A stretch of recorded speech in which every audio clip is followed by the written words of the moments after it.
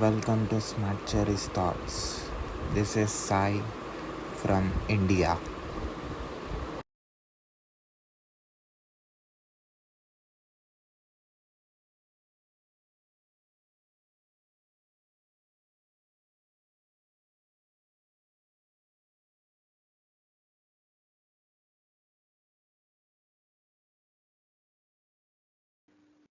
Hi, Sai. How are you? I'm great. How are you? Yeah, good. Thank you. Can you hear me okay? I can hear you, I can see you. Good. What time is it with you? It's 1 a.m. here in India. 1 a.m. Oh my goodness. It's late. Yeah, no problem. Thank you. Firstly, thank you very much for accepting my request and accepting to be on my show.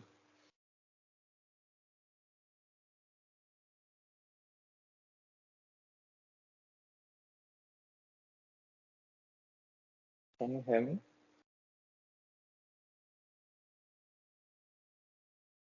Yeah, I can hear you. Uh-oh. Yeah, okay.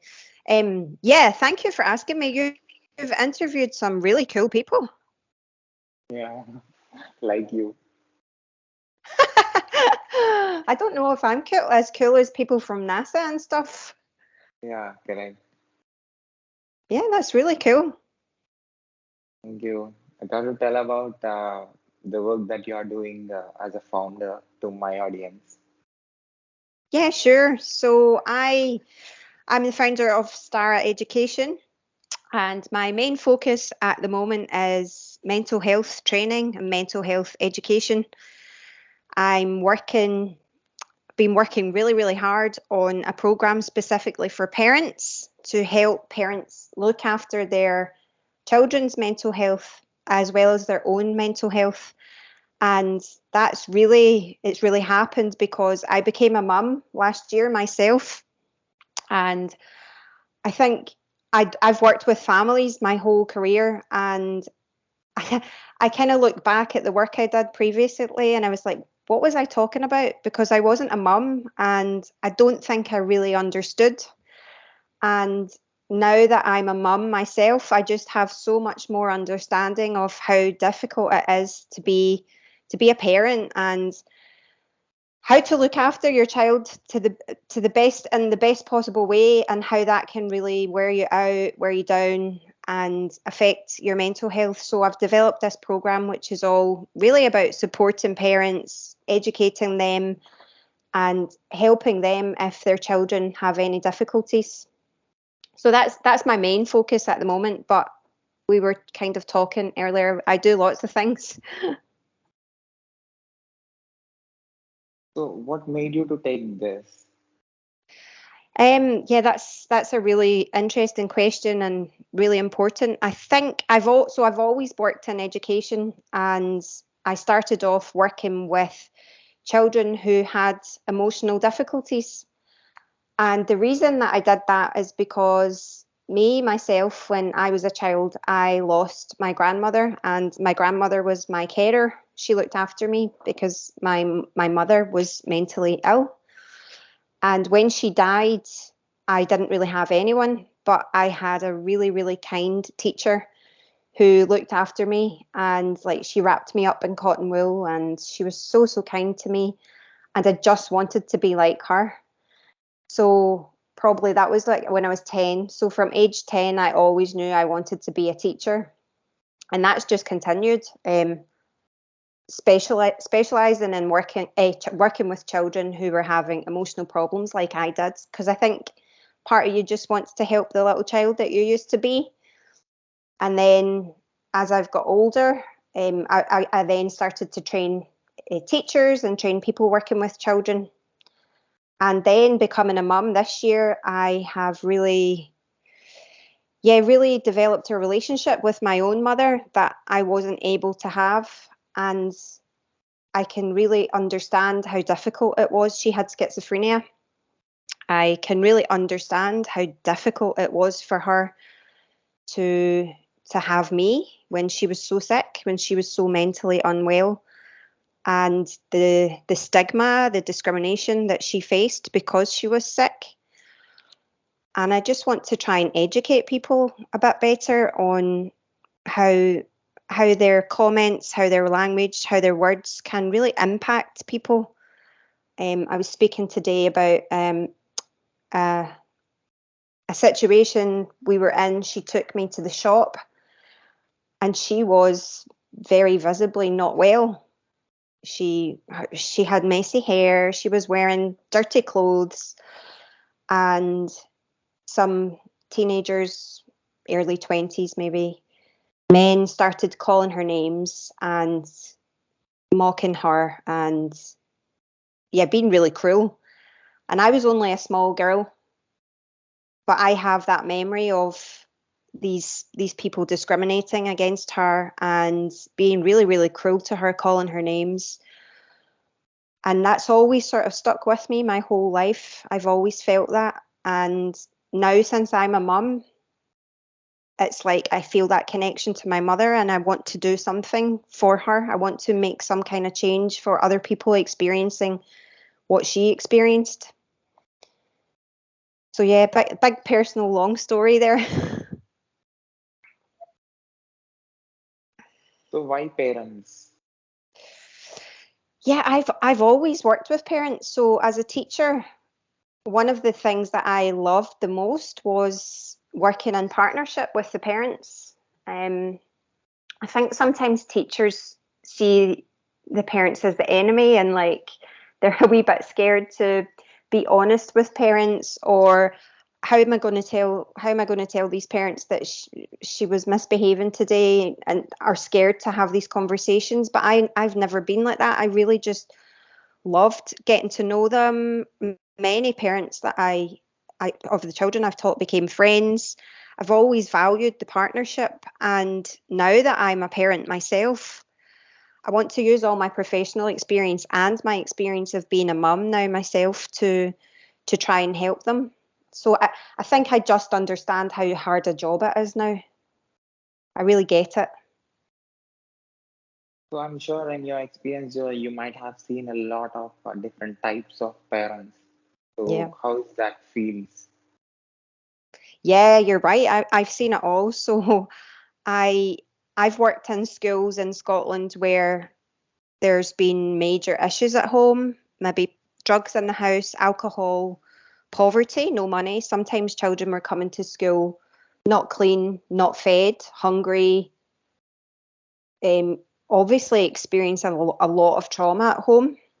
And then I've also worked the complete opposite. I've worked with families where they are very, very, very rich and they have nannies looking after the children. So parents don't have a lot to do with the children, and it's nannies that bring the children up. And those children miss their parents and they want their parents, but their parents are too busy working, and they miss out on attention that way. So I've worked with all kinds. I've worked with parents who want updates every day on their child's progress. They want to know everything. They want to be very informed. And then I've had parents who are really cool. Yeah, is she all right? Is she happy? Yeah, cool, that's fine. So yeah, a wide variety.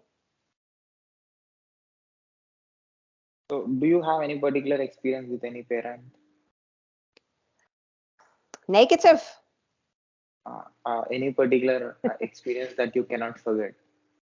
I can't forget. Gosh, I think I I've just really valued the parents that I've always worked with. I'm one particular one that stuck out. I have had so many parents that become friends. I guess one thing that's really lovely is a family that I worked with in Abu Dhabi, who actually, I left Abu Dhabi. I was working there for a while and I left and came back to Scotland in 2016. And they all came, the whole family, an Emirati family. They all came, mum, dad, and the two boys came to Scotland to visit me. And we spent the day in Edinburgh. And I think that that's really, really lovely. And it kind of makes me feel that, yeah, I made an impact. I made an impression on that family that they would fly across the world to come and visit me. So how parents impact their children? Gosh, it's massive. The parents are the primary caregivers. They are the role models for their children. Everything that they do impacts everything that they do. And this new course that it sounds a little bit funny. Can you hear me okay? Yes. This new course that I've developed called Embrace, which is a 6-week program for parents. And I go into all of that. We look at attachment theory and how important it is for parents to form that really solid, secure bond and attachment with their children, because that's what sets them up for all the relationships that they make in their life. If they've had a secure, solid bond with their parents, they then feel trusting, they feel confident to make friendships, to make other relationships. So important. It's everything. So what are couples before marriage and after marriage, after having kids? How it changes. Yeah, after they becoming parents. Yeah, I can speak personally for this one. Yeah, I think the lack of sleep that parents go through when they have a baby is really, really difficult. And probably the thing I struggled the most with.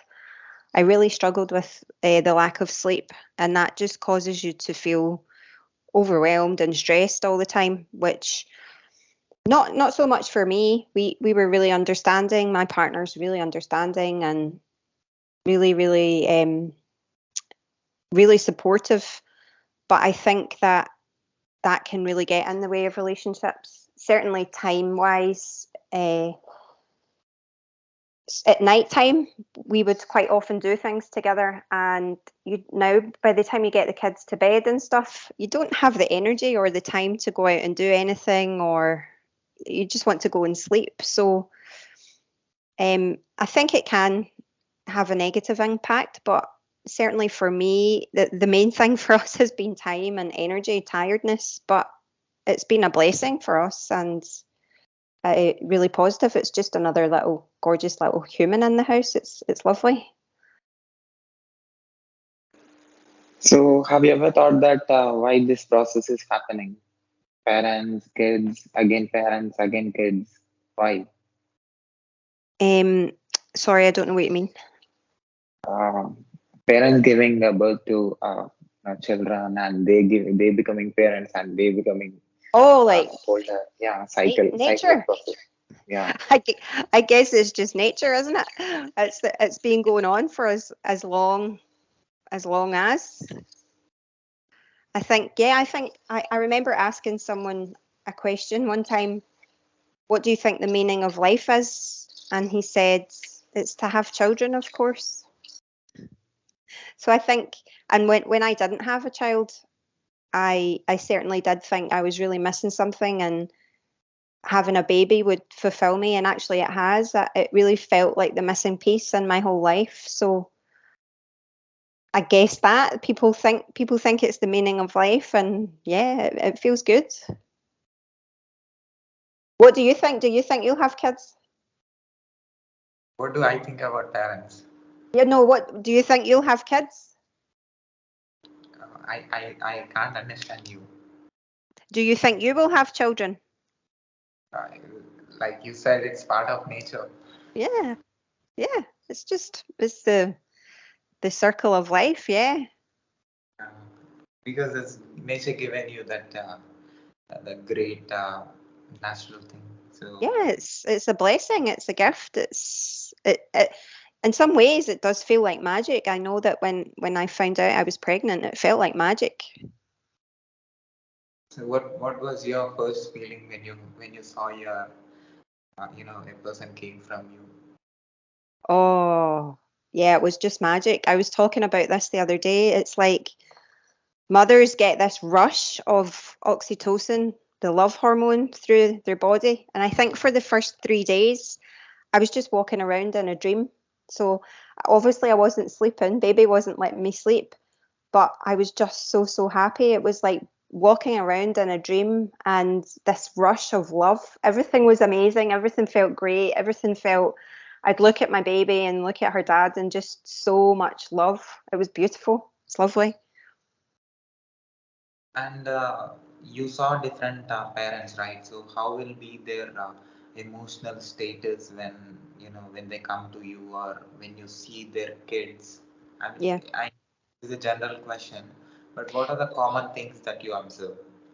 Yeah, so another reason why I've changed my work and done this program for parents, I had a radio show previously, so I used to do the interviewing, and it was called Helping Your Child to Thrive, and it was all about what we can do to help children thrive, to help children be happy. And I used to get a lot of listeners and a lot of people emailing me, reaching out to me, and it was often like they needed help, not their parent, not their children. Okay, their children might have needed help, but they were so overwhelmed, they were so stressed. It was them that needed help. They needed support, they needed nurturing. And I don't know if you know the saying, like, you can't pour from an empty cup. If parents don't feel supported and strong themselves, it's very difficult for them to take care of their children. So my course is all about helping the parents to feel strong, to feel powerful, to feel confident, so that they can then deal with any issues that their children have.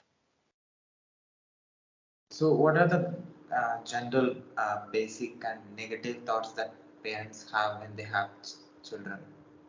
Yeah, I think a big one that I see is sort of mum guilt, and I know I experienced that myself. If I am doing things for work and not putting baby first, I feel guilty about it. If I want peace and quiet and I want to lock myself in the room and be away because I need quiet, I feel guilty about it. There's a lot of mothers feel guilty. A lot of mothers don't feel good enough. Um, I know that I feel that sometimes. I'm choosing at the moment. I've been choosing between housework or work. So my house is dirty. I've not had time to clean because I've had to focus on my work, and that makes me feel like I'm not good enough. I can't do everything. So that's a big thing for parents, mums especially, feeling that they can't keep on top of everything, like they're not good enough. But actually, they're only human. We've only got two pairs of hands. We can only do what we can do.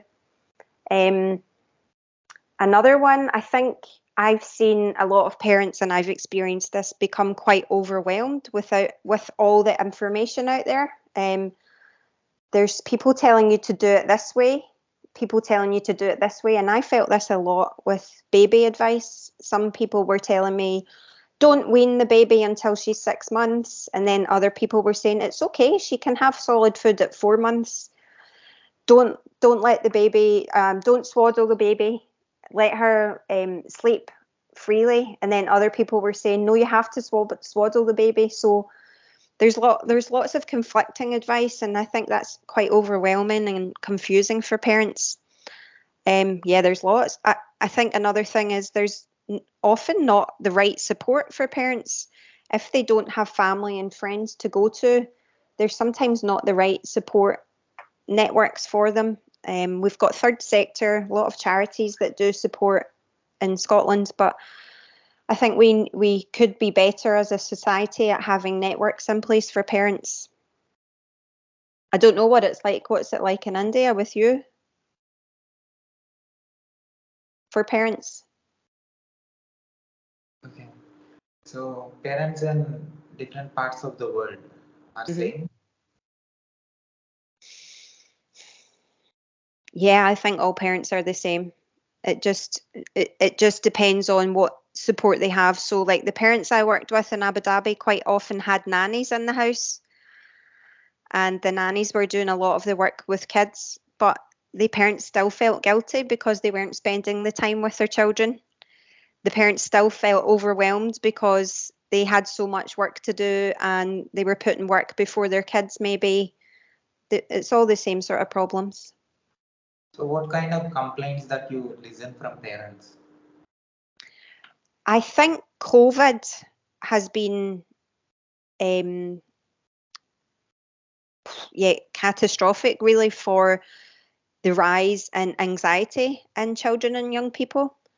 I think that it's caused a lot of children and young people to lose confidence out of routine for so long, out of that social situation for so long, and a lot of young people have become quite anxious and sometimes don't want to go out or on their phones all the time. They don't want to interact. They've become really shy.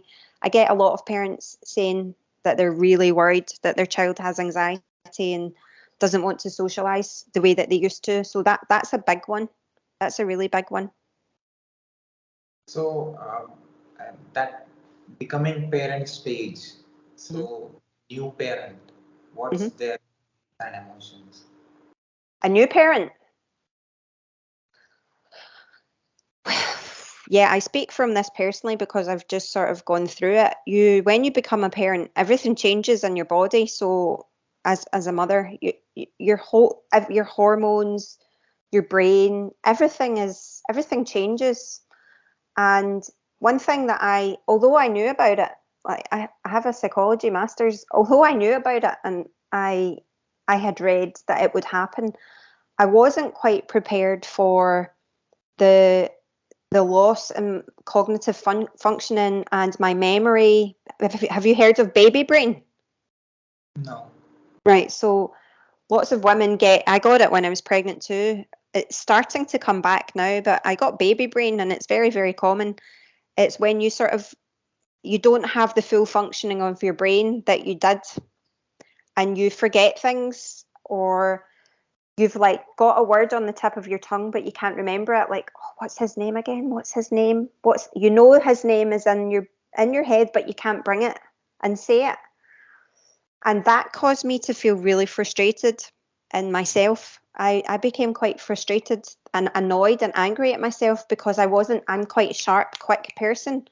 And I just couldn't. Everything was slow. I had to really think about my answers. I couldn't work at the speed that I used to. So that's a big problem. That's a big challenge. Another big challenge, I didn't experience it, thankfully, but postnatal depression can be a really serious problem for mums who've just had a baby. They can develop depression after having a baby, and there is good support for that. NHS do quite a lot of checks to check if mums have that, but that's a very common problem. And then just your normal stress, got so much to do, no sleep, overwhelmed, and all the other things I talked about. Listening to a lot of parents and their experiences, how that impacted you? Yeah, I would be lying if I said it didn't affect me at some point. So it did. And when you're working with families that you really care about and you've developed a relationship with the children and something's not right in the family, yeah, it's upsetting. I'm only human, but you have to be quite careful and maintain a professional boundary and not get too involved and not take on their problems. And I think that's just part of being a professional. It's knowing how to still be caring and empathetic, but at the same time not taking on their problems. And I think for me it's just having good self-care practices. If I come home from something really stressful, or if I've been dealing with something really stressful, I will do a meditation. I'll have a really hot shower. I'll go for a walk. I'll just clear everything, ground myself, and just try and do the best that I can do for that family. But know that you can't do everything. You can't make things perfect for people all the time. So how physical changes in parents affect children? Physical changes, like if parents are sick. Yeah, whatever, anything internal inside the body. Well, I'm not a doctor, so I can't really talk. I can't talk in too much detail about that. I do know that when parents are mentally unwell and have mental health problems, that does impact the children. It can have impacts on the relationship that parent can have with their child. It can impact the child's feeling the child feeling that they have to do things for the parent and be the responsible one because mummy or daddy's sick. That can have a massive impact. But physical stuff, I can't speak on that in too much detail. And do parents lose their freedom once they have children?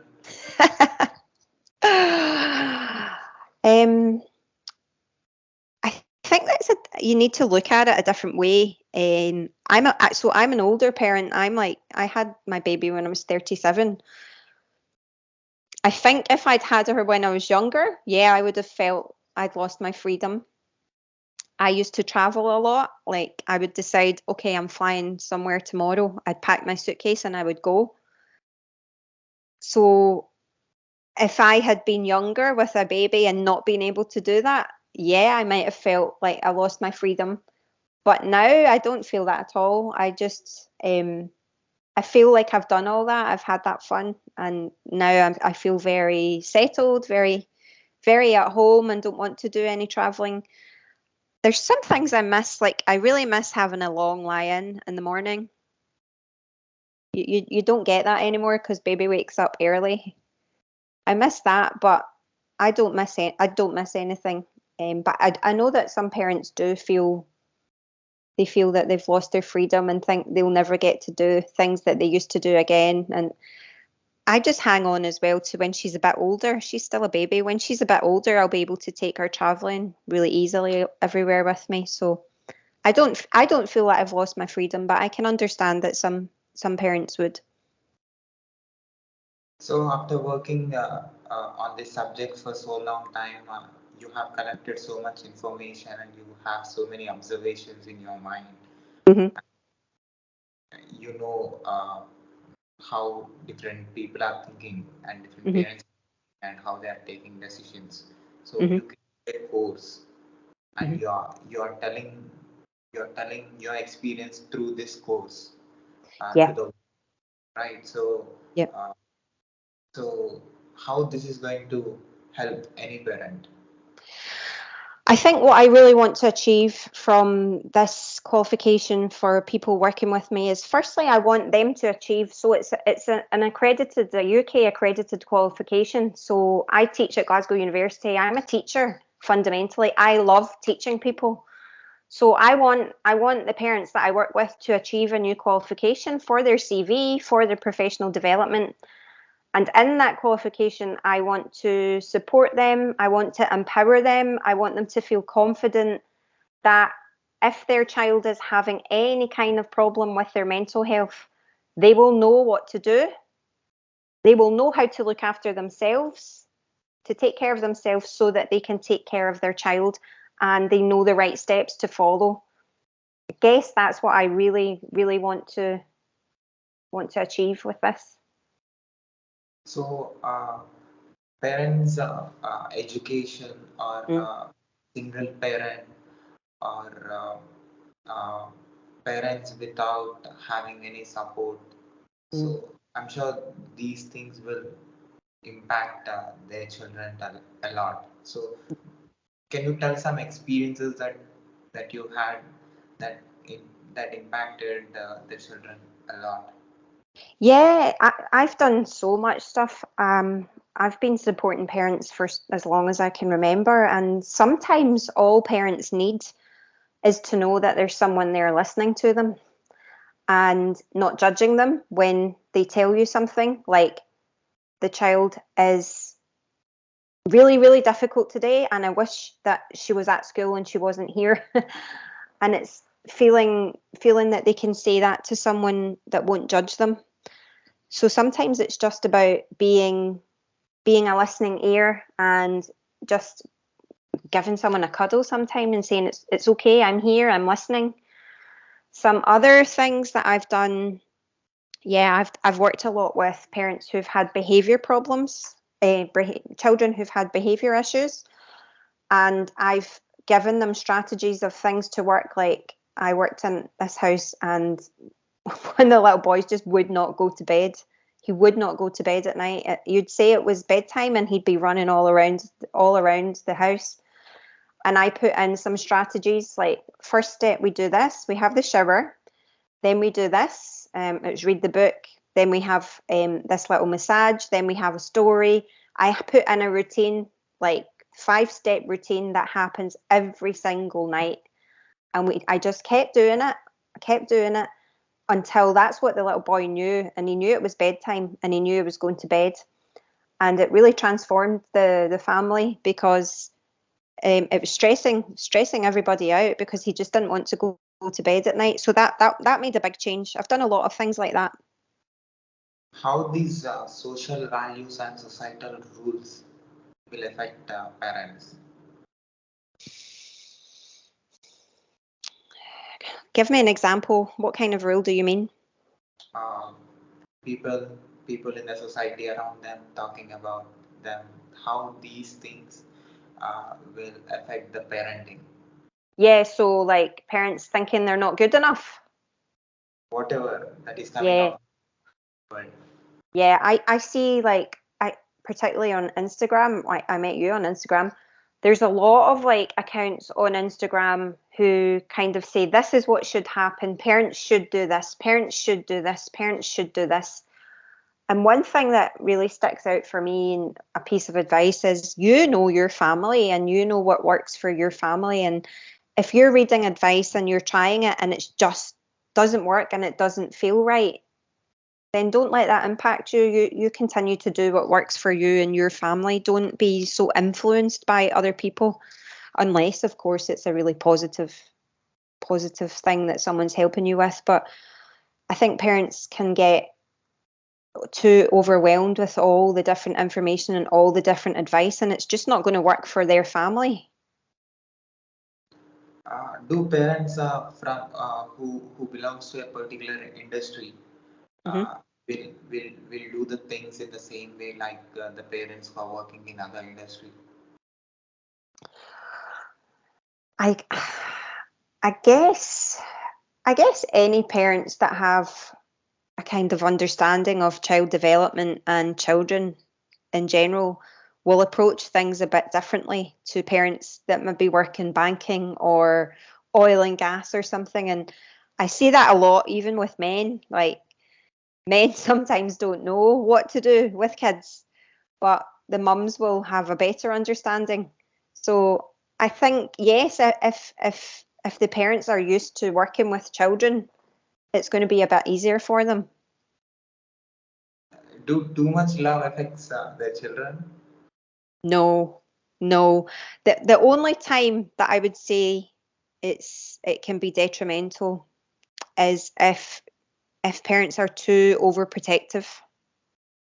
And I did a little bit of research around this. When parents mollycoddle their children, they don't let them explore, they don't let them take risks, they don't let them try new things, they monitor, they watch everything, they don't let them make mistakes, all because they think that's doing the best for their child because they love them so much.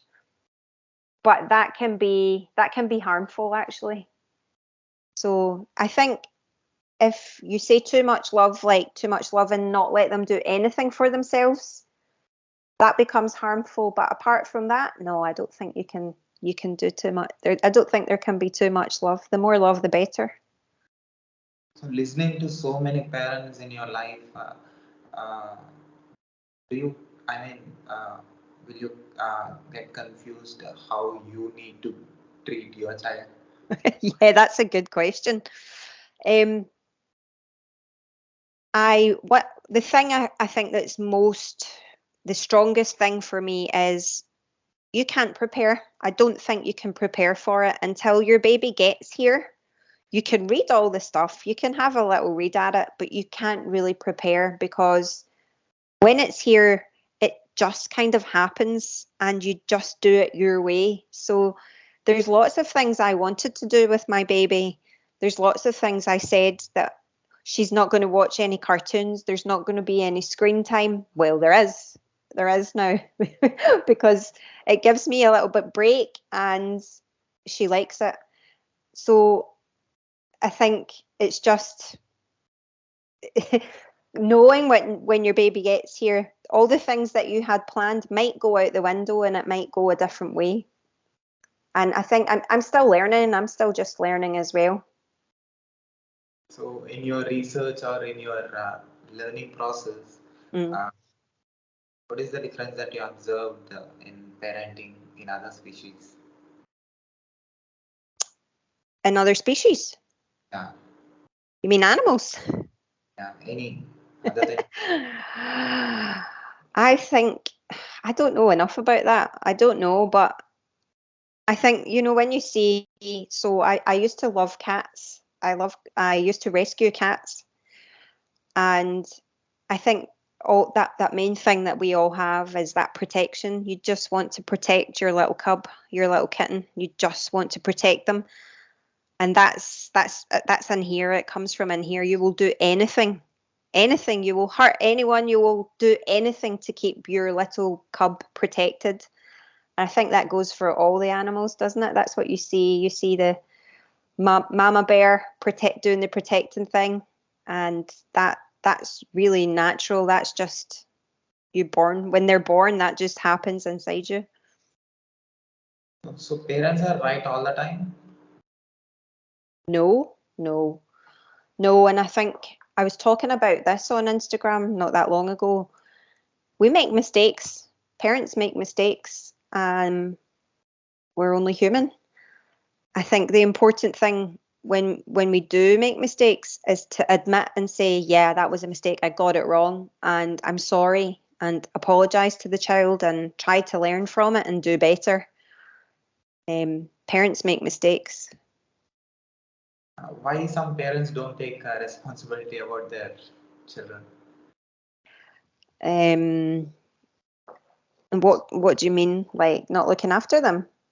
They don't take responsibility.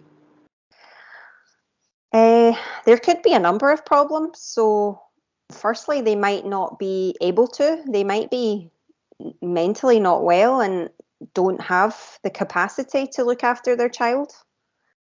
They might have health issues as well that prevent them from being able to look after their child. They might have drugs, alcohol problems, stress and overwhelm with work maybe gets in the way of looking after children. Factors like that. Okay, like loving themselves more than children. Maybe.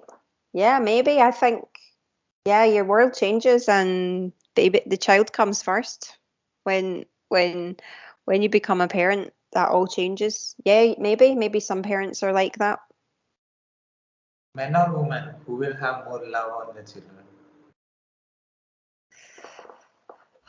It would be very easy to say women, wouldn't it? But I don't think that's true. I think it's just a different kind of love. I don't think I don't think that's a fair question. I don't think you can split that, but it's just a different kind of love. So, how the grandparents love towards their grandchildren? Oh yeah, I speak about this quite a lot. I think grandparents and their grandchild relationship is a really beautiful relationship. And it's very special to me because I was raised by my grandmother. So my grandmother was like my mum, really. And we had a really beautiful relationship. And my daughter now has got her grandmother. And I just love watching them together. She buys her lots of, not massive gifts, small gifts all the time. She gets her nice food. It's just a really beautiful relationship. And I love knowing that when she's a bit older, if she's annoyed with me or she's in a bad mood with me, I love knowing that she can go to her grandmother and she's got that special relationship where she can do whatever she wants. Granny's not going to say no. She's going to get spoiled and feel that love. It's lovely feeling more love from another person. It's lovely.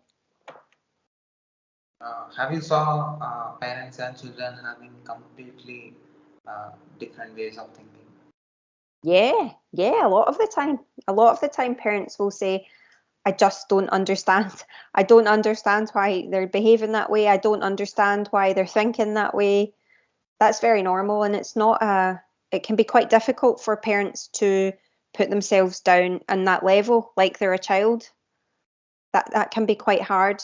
It's quite a skill to put yourself at child level and imagine you're a child looking at the world from their level, what they're seeing without any experience. They've only been on the planet, say 6, 7 years, a 7-year-old. So that can be quite difficult for parents to understand, and they can have very, very different personalities, but I think that can also be quite beautiful. So how parents' personal interests and their influence affect the growth of the child? Yeah, it's massive. So parents are the role models. Parents are the role models for their children. If one thing, I'm a really big reader. I'm really passionate about books and reading and going to the library. And I've often worked with parents who want their child to be a really good reader. They want their child to do well at reading. And I will ask them, do you read books? No, I don't have time to read books. Right. Do you have any books in the house? There's some in that room. Okay, does the child see books? Not really. So if you want your child to love books and love reading, you have to model that to them. There has to be books around their house. They have to see you reading. That has to be the norm, because if mummy and daddy are doing it, I will do it, and I want to do it. So the parents are that's just one example. The parents are the role model for everything. Language that's used in front of the child. If parents are using bad language or, not nice words, of course the child's going to pick it up. So what do you say about children who don't have parents? Yeah, this is another big area of my work, because I was one of those children. I didn't have parents after my mom and my nan died, and I always feel massive sympathy, empathy, feel very, very sorry for these children. It's it's probably the biggest trauma that they could go through, losing a parent, not having their parent, if they don't have a secure attachment figure from the very early years. That can affect them massively throughout their life. So losing a parent, or not having parents, not having a secure figure, is probably the most dangerous, harmful, traumatic thing that can happen to children. Have you experienced parents having doing silly mistakes? Oh yeah, all the time. All the time. I do it all the time as well.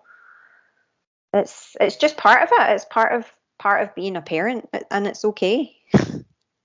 Just know that you're going to make mistakes, and it's okay. We all do it. This means experienced people already know how things work.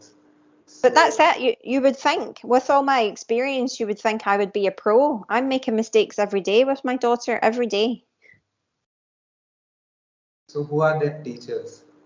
If the parents who don't have parents, who are their teachers, or who are their role models? Yeah, that's really important. So quite often, if another family member is around, a grandparent, quite often they're lucky if they have their grandparents to take care of them, and they become role models. Sometimes another family member, or they will maybe go to a foster home where they will have foster parents to take care of them and become role models for them, or they might go into a care home for children, a residential care home for children, where they will be looked after by practitioners who become role models for them. That's difficult. That's hard for children. Change is constant in the nature.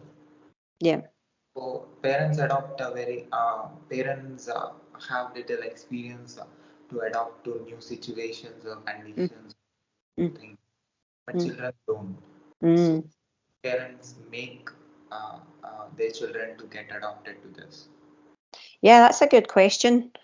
One thing that I would say is continue to be the role model, and if there's big changes happening, you have to role model calm, like you're in control, like everything is okay. Because if you start to show the child that, you're stressed, you're freaking out about everything, the child will pick up on that nervous energy. So it's about parent remaining calm and in control and confident and letting the child feel that everything's okay, there's no big change, everything's going to be fine. Also talking the child really through what changes are happening, keeping them informed and talking them through so that there's no big massive surprises, involving them in the change, asking the child for their input, asking them what they think about it. Do you have any ideas? Really involving them in the process. That's important too. So what are the great qualities to be great parent? Great qualities to be a great parent.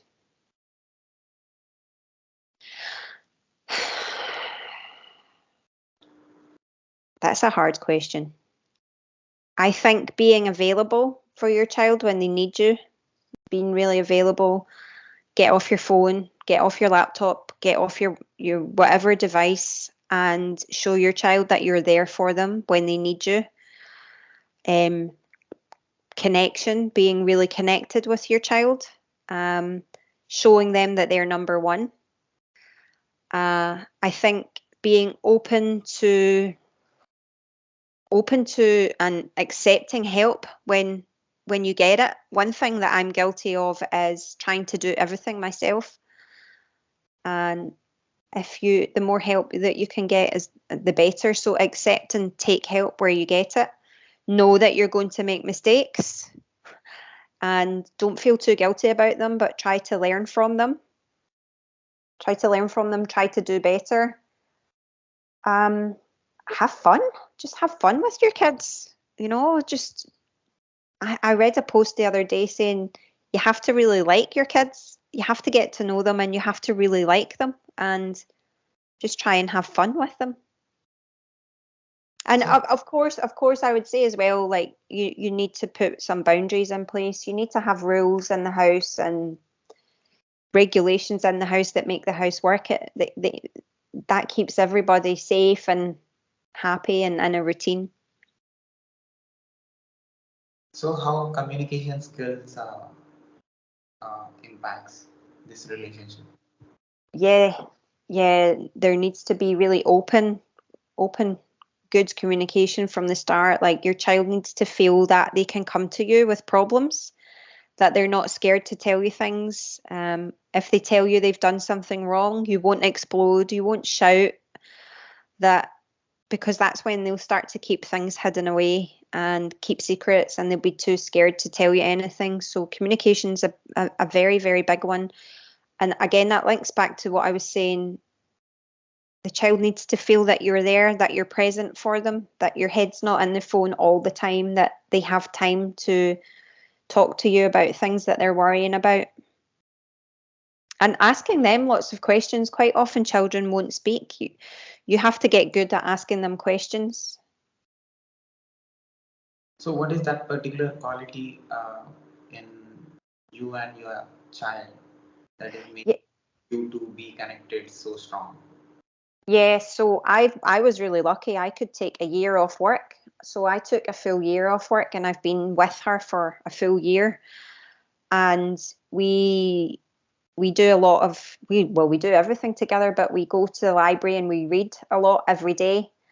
And that's our time together. So when she knows it's story time, she knows it's just me and her and we've got the book and I speak to her about the book. And she's too young at the moment she's not talking or anything yet, but she knows that's me and her time. And I hope that she'll always have that and feel that time where I'm not on my phone, I'm not doing anything else. It's just me and her. So yeah, and I just when she's upset, when something's wrong, she knows that I'm there for her. I'll stop whatever I'm doing and I'll go to her and I'll be there for her when she shouts out or screams something's wrong.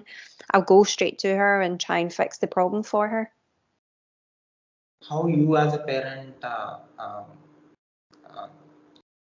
this experience of yours, personal experience, is helping you to be great in your profession? Of being a parent. Yeah. Now, yeah, it's changed everything. Experience as a parent, Yeah. how you're going to, uh, how that experience is helping you. Yeah, it's changed everything for me. Like I said at the start, I just feel like all the work I did with families and all the advice I gave to families, like there was something missing. Now I totally get it because I can really put myself in the parents' shoes because I understand exactly what they're going through. So it's going to make me so much better at everything that I do, all the work that I do with parents now because I am one of them. Parents versus parents. Yeah, you need to be on the same team. You have to be on the same team. So me and my partner, we have said, we're the one team. We've always been the one team against things. And if it comes to a situation where we both don't agree, we don't want to let our child see that we don't agree. We will have a separate conversation when the child's not around and work something out instead of, I never want to be in the situation where the child feels we're both opposite. We want to be the one team. So that's really important for us. We've talked about that a lot. So what happens once a parent becomes grandparents? I think it's so different, and I can only speak from what grandparents tell me. It's just such a different kind of love because they can spoil them, they can do all the good stuff, and then they can pass them back to mum and dad at night time, and the parents have to put all the rules back in place, but the grandparents can do all the fun things and let them do whatever they want. So I think that's the difference, and I can only speak from grandparents that I've worked with, spoken to. They say the love that they have for their grandchildren is just really, really special. So parents are changing everything in the world. Mm. So you are the guide for the parents. Trying to be a support, trying to be a help. Yeah, trying my best. Do you have any problem? I mean, have you experienced any problem that you didn't find solution yet? For a child, for a family, For a parent. for the parent. Nothing major sticks out. I mean, I don't think I'm this amazing person. If I haven't been able to help, I have been able to refer on to a different specialist that can help better than me. But there's never been a situation that has been a complete disaster or I felt I haven't helped in some way. No, thankfully there hasn't been a situation like that. And last one is how uh, I mean the toughest problem that you solved. The toughest problem. Yeah, that you solved. Oh, yeah, I've had a few. I had, when I was a teacher, I had a little boy who would not come into the classroom. He just didn't want to come to school. And he would scream and shout and kick and cry. And actually, I was covered in bruises. He was kicking me, he was throwing chairs at me, really violent, very aggressive wee boy. Just didn't want to be at school. He hadn't been at nursery, he wasn't ready for school. And that went on for like 4 weeks. And everyone was saying he's never going to do it. No, he'll have to come back next year. He's not ready. And we managed to put some plans in place slowly, slowly. We brought him in for one morning. That's all he needed. Then one afternoon, then he started to come for longer. I gave him this a little lion to take home every night. So I was like, you take the lion home, but you have to bring it back to me the next day. So he would have to come back to school to give me the lion back. And then very slowly he started to come and ended up really loving school and thriving at school and doing really well. So that was quite an achievement. That's one that sticks out. So, if other species are listening, have ability to understand you, Mm. and can able to understand what you are saying, Mm. what you want to say to other species for parents. What do I say? Want to say to other parents? Yeah. I want Species, to species like animals. yeah, whatever, other than human. Because huge experience, some points may be similar in all the species. Um, that's a hard question. I'm not sure. Feel the love, take care of each other, be connected to each other, be loving, listen. Most important things. Be connected. So at last, what do you say to the world who are watching and listening to you, especially to the parents who are listening to you? Definitely your points or your valuable advices, and also tell about your course, which will help them uh, their in their difficulties. Yeah. Yeah, I would just want to say like parenting is the hardest job. It's definitely the hardest job. And it can feel like you're very alone, but you're not. There's people out there that can help you. And if you follow me at Starra Education, I post lots of advice. I've got some free training videos, a free ebook there that can help you and support you. I've always got free content that might help you. Reach out, get the support that you need. Know that you're not perfect all the time. And yeah, but you're going to make mistakes and it's okay. You're just human. We all make them. So I'll put your web links in the description of this video. People who find the video on YouTube can see the work that you're doing and can see the resources that you are sharing. And Brilliant. yeah, and also I'll Yeah, put the screen and also they yeah, can see. that's Can great.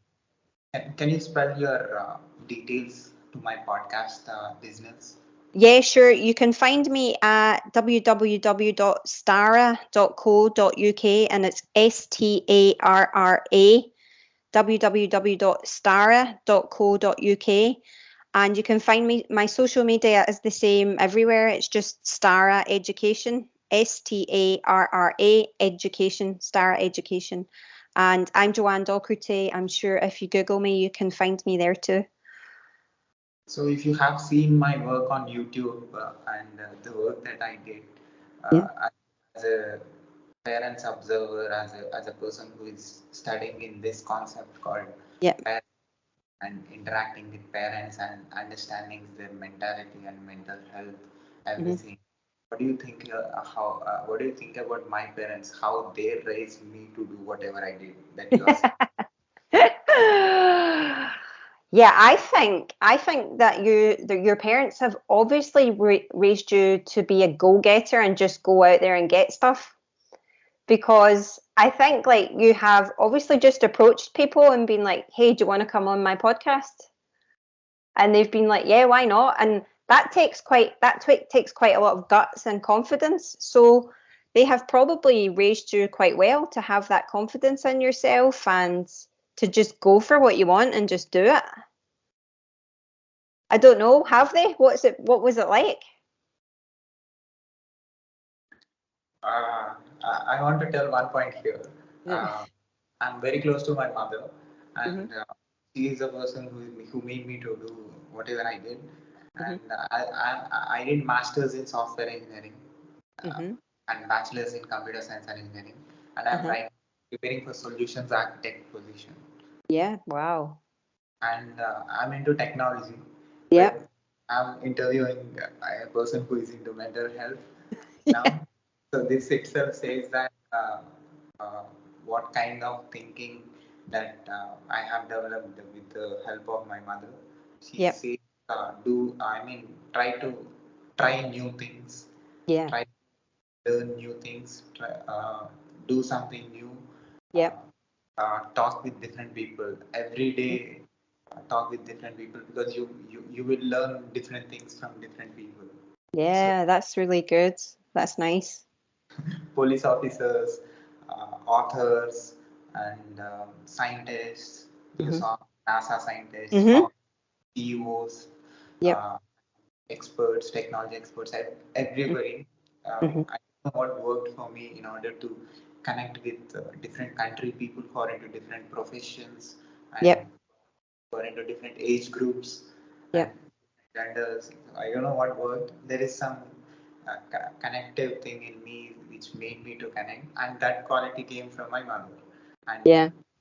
that's a rare quality I think saw in many people. Yeah, it's very commendable. Well done, your mum. It was a great idea. I think what you're doing is fantastic because if you limit yourself to tech, you'll end up getting bored. Open up the podcast and meet new people. It's a new thing actually talking with you, knowing new things, what you do, what how you make things possible, how you solve problems, how you're working. Because I saw you do lot of stuff. You Mm, know, what you to my audience actually it is an educative thing. They yeah, will get inspired by you. You know, I want to do like you. Like don't know from anywhere on this planet who will listen you and who will change you, or who will yeah, connect you and who will tell you their problems. Don't know. I want to learn at the same time. I want to share, give it to the world. In yeah, the time of my life, I want to do both, learn yeah. and give. Thank you. Thank you. And I am so passionate about learning. Learning is my thing. Learning is what lights me up. And that's why I am so passionate about doing this new course because it's given parents a qualification as well for their own personal achievement, not just to help their children, for their own development. So, final one word about parents. Yeah. One word about parents. Yeah. One word about parents. You need your village, you need your support network, and don't try and do everything alone. There is always help. Get the help that you need from wherever you can. Awesome. Can I put this video on my YouTube channel with your permission? Yes, yes, of course. And also, can I put this audio and video clip on my podcast, website, internet, Yeah, social media? yeah, of course, no problem. Yeah. Thanks again, Jonne, for giving me your valuable time and giving answers to my questions. Of course. And I will keep an eye on your page and see who else you get on. Yeah, definitely in future we'll be tagging. Yeah, okay. Thank you so much. Thank you. Bye. Thank you. Bye.